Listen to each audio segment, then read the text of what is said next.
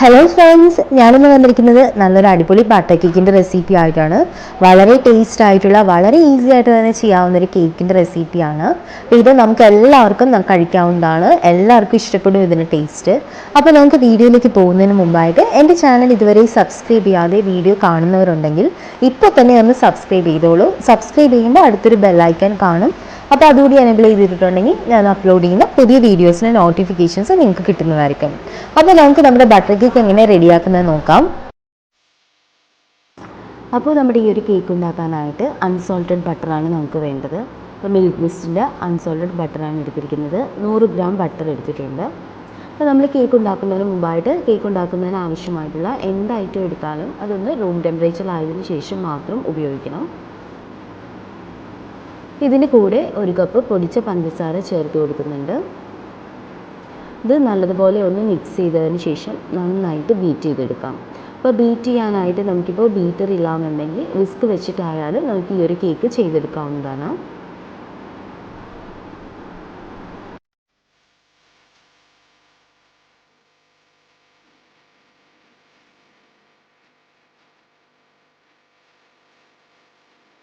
ഇപ്പോൾ ബട്ടറും പഞ്ചസാര പൊടിച്ചതും കൂടി ചേർത്ത് നല്ലതുപോലെ ബീറ്റ് ചെയ്തെടുത്തിട്ടുണ്ട്.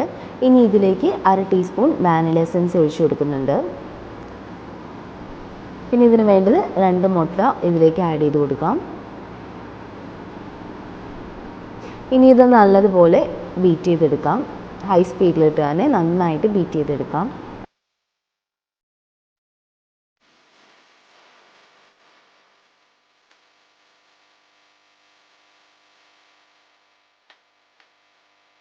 അപ്പോൾ മുട്ടയൊക്കെ നമ്മൾ ഫ്രിഡ്ജിലായിരിക്കും വെച്ചിട്ടുണ്ടായിരിക്കുക. അപ്പോൾ കേക്ക് ഉണ്ടാക്കുന്നതിന് ഒരു 2-3 മണിക്കൂർ മുമ്പായിട്ട് മുട്ടയൊക്കെ ഒന്നെടുത്ത് പുറത്ത് വെക്കണം.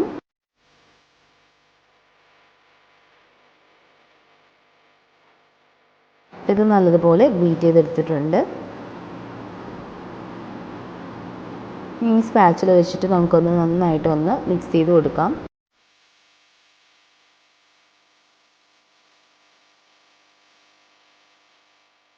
എന്നിട്ട് ഒന്നുകൂടി ബീറ്റ് ചെയ്തതിന് ശേഷം നമുക്കിതിലേക്ക് ഡ്രൈ ഇൻഗ്രീഡിയൻസ് ആഡ് ചെയ്ത് കൊടുക്കാം. അപ്പോൾ അതിന് വേണ്ടിയിട്ട് ഞാനിവിടെ എടുത്തിരിക്കുന്നത് 1 കപ്പ് മൈദയാണ്, 1/4 ടീസ്പൂൺ ഉപ്പ് കൂടി ചേർത്ത് കൊടുത്തിട്ടുണ്ട്, 1 ടീസ്പൂൺ ബേക്കിംഗ് പൗഡർ, പിന്നെ ഒരു 1/4 ടീസ്പൂൺ സോഡാപ്പൊടി കൂടി ചേർത്തിട്ടുണ്ട്. ഇത് നല്ലതുപോലെ ഒന്ന് മിക്സ് ചെയ്തിട്ട് ഇതൊന്ന് നന്നായിട്ട് അരിച്ചെടുക്കാം.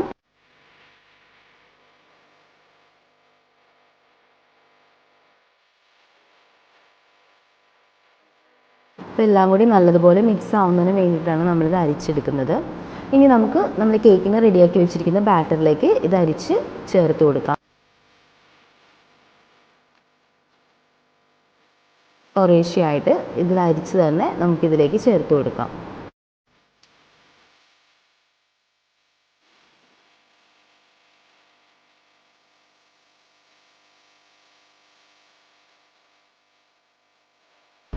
അപ്പോൾ നമ്മൾ ഡ്രൈ ഇൻഗ്രീഡിയൻസ് എല്ലാം ഇതിലേക്ക് ചേർത്ത് കൊടുത്തിട്ടുണ്ട്. ഇനി ഇത് ഒരു സ്പാച്ചിൽ വെച്ചിട്ട് നന്നായിട്ടൊന്ന് ഫോൾഡ് ചെയ്തെടുക്കാം.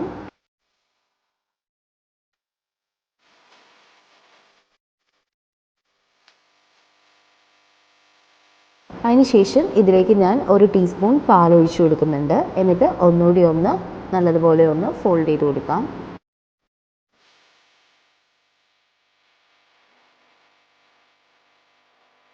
വീണ്ടും 1 ടീസ്പൂൺ പാൽ കൂടി ഒഴിച്ചു കൊടുക്കുന്നുണ്ട്.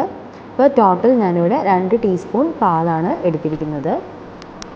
നല്ലതുപോലെ ഒന്ന് ഫോൾഡ് ചെയ്തതിന് ശേഷം സ്പീഡ് 1-ലിട്ട് ഒന്നുകൂടി ഒന്ന് ബീറ്റ് ചെയ്തെടുക്കാം.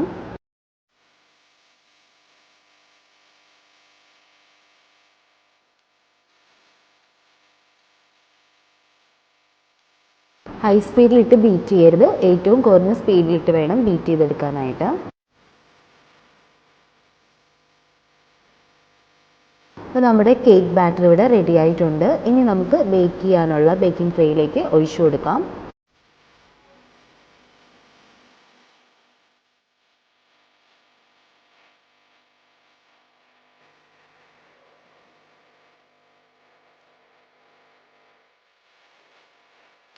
ഈ ഒരു കേക്ക് ബേക്ക് ചെയ്യാനായിട്ട് ഞാനിവിടെ 6 ഇഞ്ചിൻ്റെ ട്രേ ആണ് എടുത്തിരിക്കുന്നത്. അപ്പോൾ ഇത് ബട്ടർ ഗ്രീസ് ചെയ്ത് ബട്ടർ പേപ്പറൊക്കെ വെച്ച് കൊടുത്തിട്ടുണ്ട്. ബട്ടർ അല്ലെങ്കിൽ ഓയിൽ ഇട്ടാലും മതി. അതിനുശേഷം നമുക്ക് ഈ ബാറ്റർ ഇതിലേക്ക് ഒഴിച്ചു കൊടുക്കാം.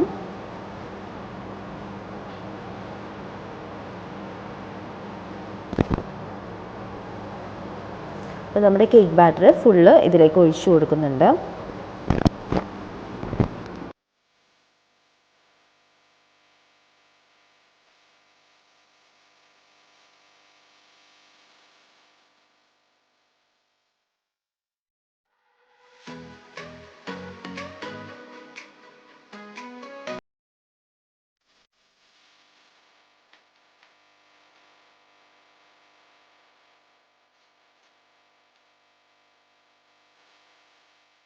ഇപ്പോൾ ബാറ്റർ ഫുള്ള് ഇവിടെ ഒഴിച്ചു കൊടുത്തിട്ടുണ്ട്. ഇനി ഇതൊന്ന് സ്പാച്ചിൽ വെച്ചിട്ടൊന്ന് പരത്തിയെടുക്കാം. എന്നിട്ട് നല്ലതുപോലെ ഒന്ന് ടാപ്പ് ചെയ്ത് കൊടുക്കാം. അപ്പോൾ ഞാനിവിടെ ഒരു ടൂത്ത് പിക്ക് വെച്ചിട്ട് ഇതുപോലെ ചെയ്ത് കൊടുക്കുന്നത് അത് ഡിസൈൻ അല്ല, അപ്പോൾ ആ കേക്ക് നല്ലതുപോലെ നല്ലൊരു ഷേപ്പിൽ കിട്ടുന്നതിന് വേണ്ടിയിട്ടാണ്. അപ്പോൾ കേക്ക് ബേക്ക് ചെയ്യാനായിട്ട് വെച്ച് കൊടുക്കാം. അപ്പോൾ എപ്പോഴും ചെയ്യുന്ന പോലെ തന്നെ ഇതിലാണ് ചെയ്തെടുക്കുന്നത്. ഒരു 45 മിനിറ്റ്സിന് ശേഷമാണ് ഞാനിത് തുറന്ന് നോക്കുന്നത്. അപ്പോൾ നമ്മുടെ കേക്ക് നല്ല പെർഫെക്റ്റ് ആയിട്ടുണ്ട്. അപ്പോൾ കേക്ക് വെച്ച് അപ്പോൾ തന്നെ നമ്മളിത് തുറന്ന് നോക്കരുത്. അപ്പോൾ അങ്ങനെ വരുമ്പോൾ നമ്മുടെ കേക്ക് പൊങ്ങില്ല. അപ്പോൾ കേക്ക് നല്ലതുപോലെ തണുത്തിട്ടുണ്ട്. അപ്പോൾ തണുത്തതിന് ശേഷം മാത്രം വേണം കേക്ക് ടീനിൽ നിന്ന് അതെടുത്ത് മാറ്റാനായിട്ട്. അപ്പോൾ ഞാനിതുപോലെ ഒരു സ്പാച്ചിൽ വെച്ച് ജസ്റ്റ് ഒന്ന് എല്ലാ സൈഡും ഒന്ന് ഇളക്കിയതിന് ശേഷം ഇതുപോലെ കമഴ്ത്തിയിട്ടാൽ മതി. അപ്പോൾ നമ്മുടെ കേക്ക് ഇവിടെ റെഡി ആയിട്ടുണ്ട്. അപ്പോൾ എല്ലാവരും ഇതൊന്ന് ട്രൈ ചെയ്ത് നോക്കണം. നല്ല ടേസ്റ്റുള്ള അടിപൊളി കേക്കാണ്. അതുപോലെ കേക്ക് തണുത്തതിന് ശേഷം മാത്രം വേണം ട്രേയിൽ നിന്ന് എടുക്കാനായിട്ട്, അല്ലെങ്കിൽ കേക്ക് പൊടിഞ്ഞു പോകും. അപ്പോൾ ഈ ഒരു റെസിപ്പി എല്ലാവർക്കും ഇഷ്ടമായിട്ടുണ്ടെന്ന് കരുതുന്നു. ലൈക്ക് ചെയ്യാൻ മറക്കരുത്. അതുപോലെ ഷെയർ കൂടി ചെയ്യണം.